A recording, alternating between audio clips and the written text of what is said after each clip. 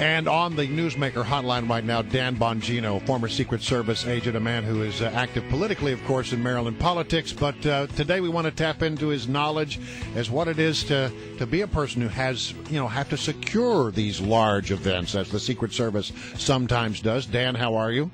Hey, Brian, Larry, how are you guys doing? All right, so I look at this as a reporter, and I draw certain things from the events that I have seen. I would like to get to your sense of it as you look at it as a security expert. Yeah, Brian, these are really, really difficult events to secure, and one of the luxuries we have in the Secret Service is having access to military and police personnel, and having, people understand when you go to an event where the president's going to be like the parade route, that there's going to be your day is going to be interrupted by security measures. People who go to a marathon really just go there and want they want to wave to the runners. So what we would do is we would sweep the entire area, clean it of people, sweep it for explosives, and then let everybody back into a magnetometer. Well, that doesn't happen in events like this. And the questions come up, how did they get the bombs in there? And, well, that's how. When you're not going through a magnetometer, you're not being patted down. The question isn't how did they get in there. The question is how did more people not, do these kinds of things. So it's sad, but, we had more assets in the Secret Service. All right, let me just say there's several things we do know right now. Apparently 2 devices timed to go off very close to each other, which suggests a level of sophistication. We have been told that the bombs, apparently the explosive component was gunpowder packed with ball bearings and other shrapnel. Do you read anything into those details? Yeah, right now the investigation's about people, chemicals, and video. People being who can you track down, what trees can you shake to get people to give up tips, give up information, give up other folks. Video, they're going to use video, hopefully some HD, some highly pixelated video or non-highly pixelated video where they can get a face on a couple suspects. But what you just brought up was important, the chemical structure of the bomb. There's various chemicals, you don't want to give it away on the air, of course, but that leave a signature of who may be involved. Certain terrorist groups prefer certain methods, certain chemical compositions of certain bombs. And, London had a very specific chemical composition, and gunpowder is very telling. It's a simplistic bomb.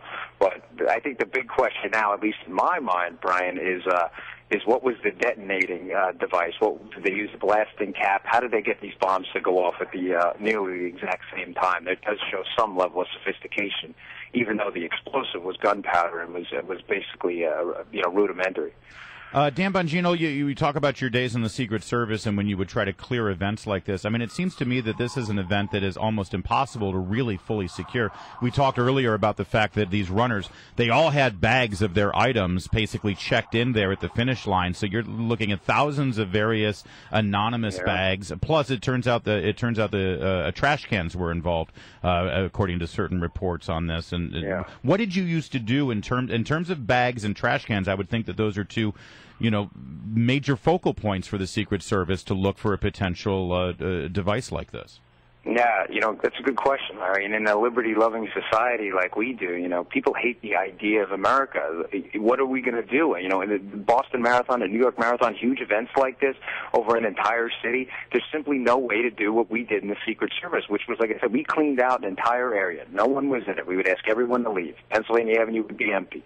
We would then sweep it for any explosives that may have been pre-placed.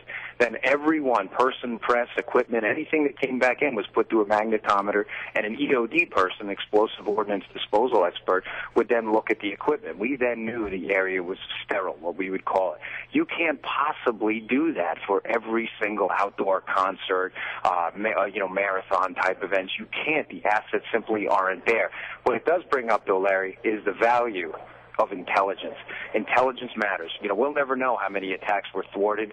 Clearly, we failed a bit yesterday, but listen, intelligence matters. The human intelligence, signal intelligence, it all matters, and that's the only way to guarantee these events don't happen is to stop them in advance. As a Secret Service agent, you're trained to think clearly during times of crisis. And one of the things that I was struck by yesterday is that you see these explosions go off in the video. And, when the instinct for most normal people is to run away, you see the law enforcement people, you see the first responders doing exactly what your body is telling you not to do, running toward the explosion.